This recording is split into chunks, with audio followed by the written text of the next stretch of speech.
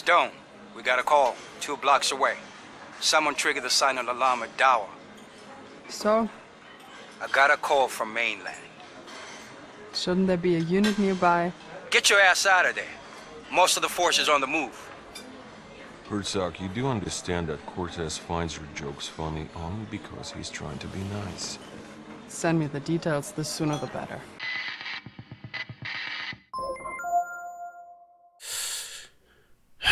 Okay. I'm just going to be straightforward with you all. And so is my oven, apparently. I know I said I'd not rely so heavily on a script for future reviews, but the thing is, this game right here kind of requires one. That's right. It's finally time for me to talk about my experience with Wanted Dead.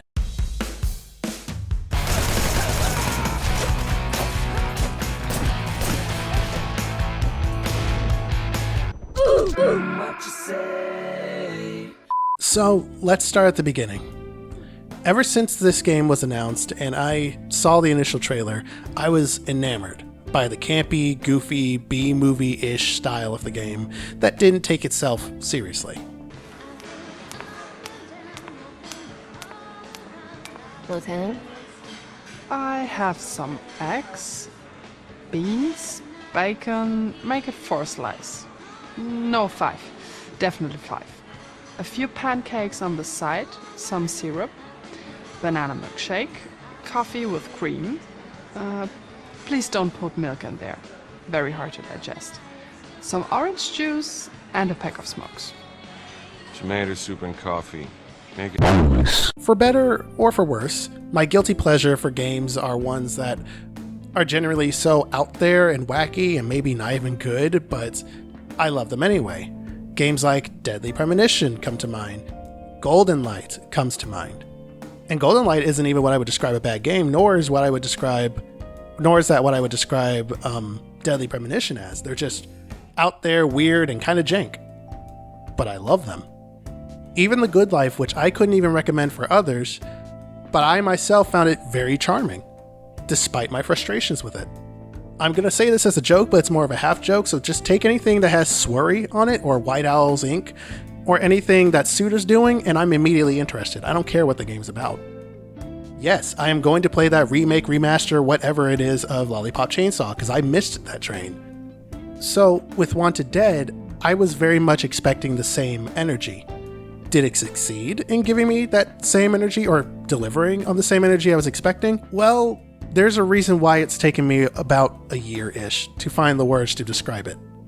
Other videos have come out and have existed for a while, talking about Wanted Dead and how complicated of a game it is to talk about when you were really looking forward to playing it and you have mixed feelings coming out of it, or people just straight up hated it. Those are videos I would also recommend watching just to get a fuller picture, because they're going to be just things that I won't mention because I'm just talking about my expectations and my experience of the game. But that's enough preamble. I'm just going to give you the long and short of it. So I'm going to rip the band-aid off here and say this and explain it afterwards, so bear with me. Wanted Dead is a good time, but it's not necessarily a good game. Not for me, at least. And I have to specify the "for me" part, because I've seen plenty of takes where people were like, it's meant to be like that. People just don't get it. That's part of its charm. It's supposed to be similar to the likes of Ninja Gaiden, similar to the likes of the PS3 era. You hear all this stuff and you want to be able to give a game a pass for that. But I've played games that give that same energy and still feel good to me. And Wanted Dead just didn't hit that part. Again, I adore Deadly Premonition. I haven't finished the second game. I'm being told not to, but I'm going to do it at some point anyway. It's on my Switch. I at some point I will, but I digress. I adore Deadly Premonition, so I understand what people are talking about. There's something great here. But the issue here is that there are just some weird design decisions in the game that I just didn't jive with. Let's start with the general premise so I can kind of lay it out one beat at a time. In Wanted Dead, players control a former convict, Hannah Stone, who is let out of prison to perform high-risk missions for the police. That one sentence doesn't begin to explain how delightfully wacky this game is. But it's a great hook. Kind of like a Suicide Squad kind of thing, at least in my mind. Hannah is part of a group that goes on what are essentially suicide missions. And she is a former convict, as well as the others. Or at least the others have a rap sheet. So, yeah, Suicide Squad. That said, I won't spoil the story in this review, regardless of how I actually feel about the game, because frankly, there is something here. First things first, I love the art direction of the game. The game has a lot of style, a lot of attitude, there's some cool scenes in there, and some cool set pieces. But I have to warn you, if you think the gameplay will match that vibe, then maybe dial those expectations back just a little bit. The gameplay is very dated, but that is intended, and you can kind of tell when you play it. That, and I could have sworn I read somewhere, as other people have mentioned in their videos, that the game was intentionally meant to be a throwback to the PlayStation 3 era of video games. But I don't remember where I read it, so take my statement with a grain of salt. Now, despite what I said earlier about the gameplay being dated, I don't think dated gameplay is bad if done right. But there are some things that I think should just stay in the past. Like limited checkpoints that are about 10 real-life minutes apart from each other. Exaggeration? Maybe a bit. Will I take it back? No. Even in the yesteryears of PlayStation 3, I didn't like how some games laid out their checkpoints. Sometimes they just felt like they were cumbersome for almost no reason. And you can make the argument that sometimes that's a good thing, because it's meant to try and teach you how to do things very well or perfectly, just about.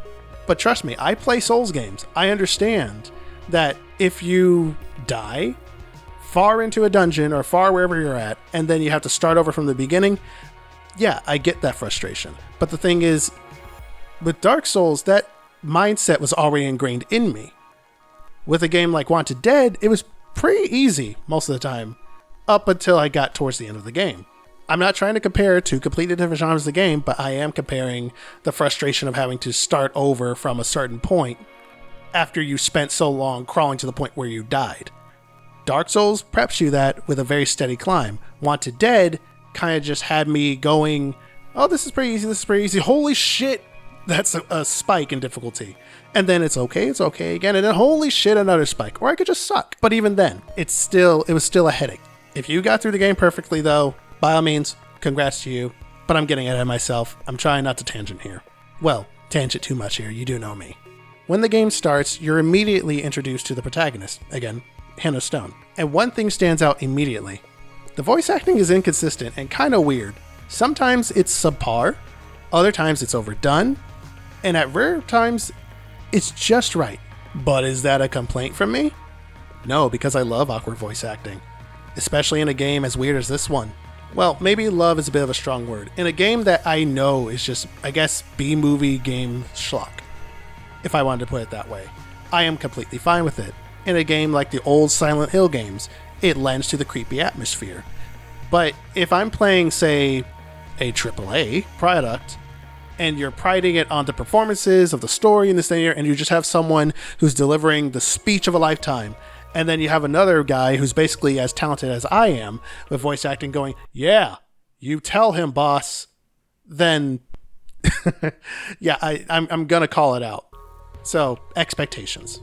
The expectations of Wanted Dead led me to believe that if the voice acting was kind of funky, then it wouldn't really put me off, because my mindset going into it was, I just want the goofiness. I want the wackiness. Bring it on. I don't... the voice acting's kind of spotty? Good. That was kind of my attitude going into it when it came to the voice acting. You're eventually introduced to the rest of the squad and other members of the cast, where you really get to know all of their personalities, and they're all a hoot.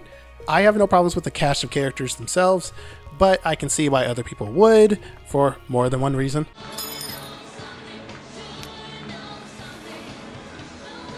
Keep the fork, honey. Here's pie. You're a fucking animal, Herzog. You're always going to have that one or two obnoxious character in groups like these, after all. Eventually, you're introduced to the gameplay loop of the game, wander around the very large police station that makes the RPD station in Resident Evil look like my backyard. I don't have a backyard, which serves as your hub, with side activities and NPC chatter and the like, then go out on story missions that you genuinely won't be able to predict. Once you get to the gameplay itself, the game will walk you through your basic light and heavy attacks, and I've got to say that I play hack and slash games, but this one is tough. I can't tell if it's because of the intentionally dated controls, or if it's because the developers behind it also made the old Ninja Gaiden games, and I haven't played those, so I had no point of reference.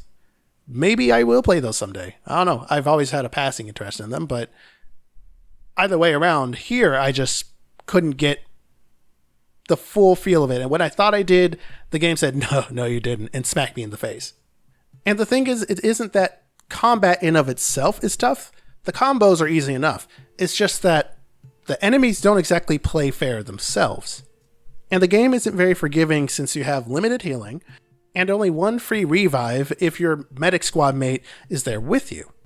But that also depends on the mission, because there isn't a squad selection thing that you could pick from. So if he's there, then you could breathe a little bit easier. You have one freebie. Congrats. If he isn't, then you'd best be careful and use those heals sparingly, because whether or not he is depends on the mission that you're going on for the story. After the end of the first mission, I could tell that I was in for a good time. Thing is, though, it gets very repetitive after that. Repetitiveness doesn't necessarily bother me, especially in hack and slash games, since when they're done right, the repetitiveness is there so you can improve amongst increasingly difficult enemies.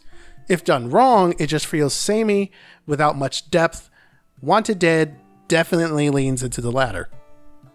Man, this game is tough to review. Zooming back out, the game is definitely low budget, and considering the fact that it's a $40 game, I don't think that is very surprising.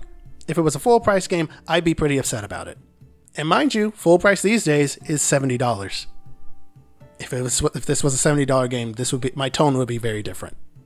So I've gone over the gameplay, I lightly touched on visuals, and I've talked about the voice acting. There's not much more to really talk about without massive spoilers that I haven't already said, but I am going to say this real quick, just a few tidbits that popped up that aren't in my script that came back to me. So earlier I mentioned that enemies don't exactly play fair either. By that, I really just mean, I specifically mean the boss fights. The first one, and maybe two, I'm trying to remember where the one I have in mind is, aren't too bad for the most part, but there was one that I was just stuck on for maybe like 2 days straight. Not because of any like skill issue. Trust me, I would call myself out if it was a skill issue thing.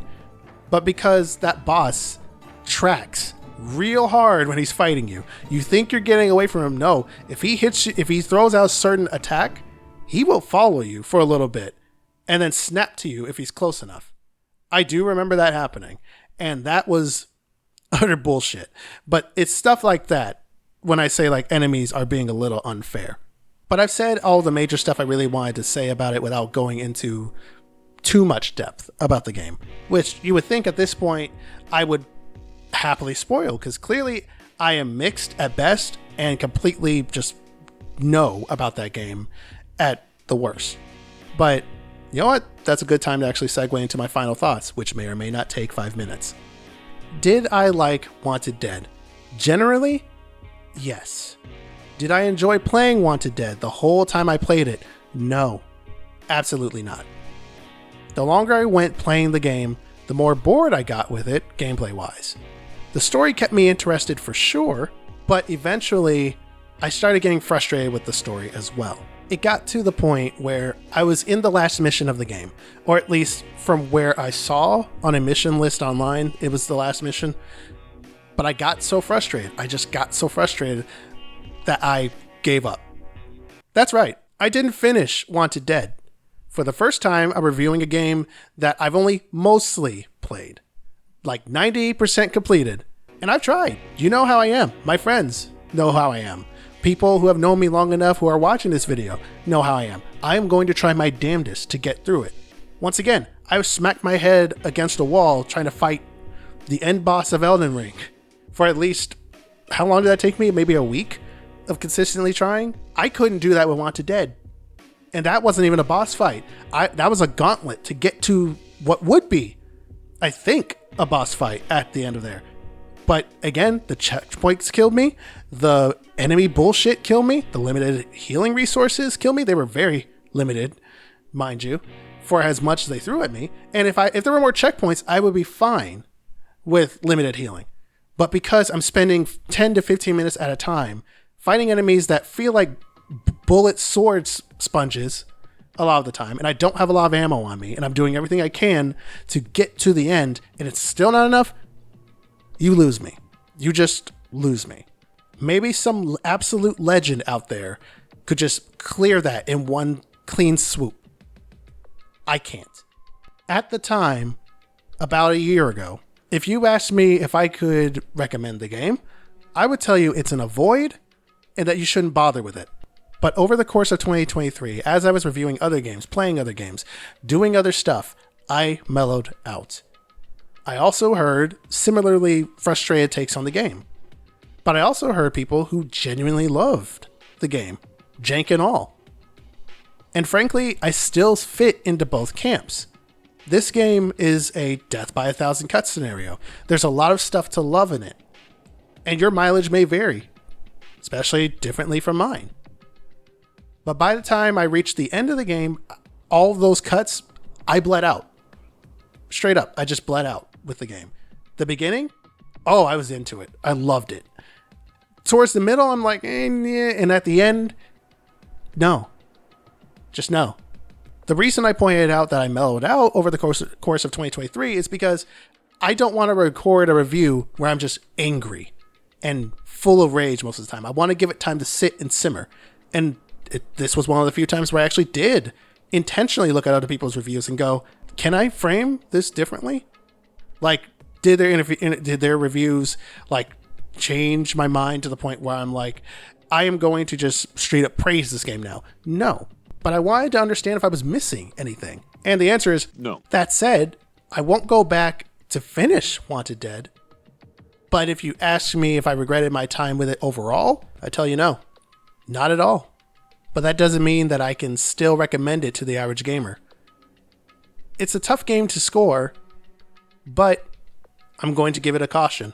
This is one of those cases where I've enjoyed a game so much in the beginning and part of the first half that carried the lackluster parts towards the end and frustrating parts towards the end. So it kind of balances out to a very mixed caution. And do you want to know something funny? I wrote this script out maybe a few months ago, and I still didn't know if I was happy with the rating I gave it. I'm reading it now where I could very clearly just not say caution and just change my mind and say I don't agree with it. But I can't bring myself to do that. Caution is the perfect way to describe this game. Go in at your own discretion. If you can get through the jank and the dated design of the game, then you can definitely have a great time here. Or a good time, I should say. But if you don't think you'd enjoy playing a PS3 game in the year 2024, then yeah, you're good to avoid this one. It being $40 helps out a lot here because it's not fully priced, but I'd still say if you're not into it or anything that I have said about it, just straight up avoid it. Don't bother. Now, with everything I said about the review itself, I'm going to zoom out further real quick from just Wanted Dead and say, I think games like Wanted Dead are important. It's a new IP, which is rare. It's a weird IP, which is even rarer with how much it was in the public eye. And I've always said that I want more shovelware games. Or anything between shovelware to indie to AA. Just more than just the AAA blockbusters we know. More games that try to do something weird, something different, something to challenge the current gaming landscape with its very presence. And if Hi-Fi Rush is anything to go by, then I'd say that it's a good idea for companies to invest in smaller budget titles and invest time into those for the hell of it, because it sounds like fun. It won't always be a hit, which I know will automatically turn off any publisher, any investor, any shareholder, but I'll take more games like Wanted Dead that want to try and risk possibly everything, or ideally very little if you budget properly and manage properly, than another large-scale open-world game that plays very uber safe, or another cinematic video game masterpiece that is just following the same tired and true path other games have done before. Now, there is room for both of those games, as well as smaller budget games like Hi-Fi Rush and Wanted Dead, but I just wish that more developers, aside from the indies and AA developers, since they already kind of do what I'm saying here, would give it a whirl. Pun intended here. Actually, puns aside, that is actually one of the reasons why I have Give It a Whirl to begin with. Because A, it gives me an excuse to play demos, but also B, it gives me the chance to play games that are out of my comfort zone, or games that I wouldn't have otherwise chose to play or buy in the future. You don't get a lot of demos or chances to try out the AAA landscape of things. And on that note of games that are just filled with to the brim with passion, why do you think I want another Mirror's Edge so badly? I used to talk about that game quite a bit in a video or two. Even with Catalyst's flaws, I felt the love in Mirror's Edge Catalyst. And, obviously the original Mirror's Edge was also phenomenal. During a time when devs didn't just stick with the big blockbusters. I know Mirror's Edge is a AAA title, technically, but it's not what I'd call a conventional game for today's standards and in today's current landscape. Mirror's Edge Catalyst, with the way that game was designed, was more in line with, at the time, the gaming industry's sensibilities. Mirror's Edge does not need a skill tree. Why is it there? Now, this is the part where I could tangent and talk about the fact that games in the AAA space, on average, take about 5 to 10 years these days. The budgets are so much more ballooned, they're bigger. It's a very complicated scenario. So I know that what I'm talking about here is a very contentious talking point for a lot of reasons, and I get that part. I'm just stating what I would like to see, not whether or not it's viable for every company out there. Anyway, coming back to Wanted Dead. Wanted Dead, if you want to play it, is available on PC, PS5, PS4, Xbox One, and Xbox Series S and X. Thank you for checking out this review of Wanted Dead. It feels weird to give this game a caution when I gave the Good Life and a Void when it probably should have been the other way around, really, at least at the time when I was more angry with Wanted Dead before giving myself to really time to really sit with it. But I don't know how to describe it, it's just a vibe. I enjoyed The Good Life personally, but it's not a game that I can recommend to other people unless you like sweary games. Wanted Dead is at least a game that I can see a broader appeal with, so it's easier for me to recommend under a caution score. But maybe I'm overthinking it, and each game should be reviewed in a vacuum and not adjusted based on other scores I've given on this channel. I'm sorry for the times that I've brought up Resident Evil 3's price point and its length whenever it felt appropriate. Either way, this game was tough to review, and I was dreading reviewing it for a while, so I'm happy to finally be done with it. If you enjoyed it, feel free to hit like, feel free to subscribe. You don't have to. In fact, if you loved Wanted Dead and think I'm just wrong about everything in this video, feel free to tell me. You know where to do it. So I hope you guys have enjoyed your stay. I'm TUSDarryl, and I'll catch you later. Bye.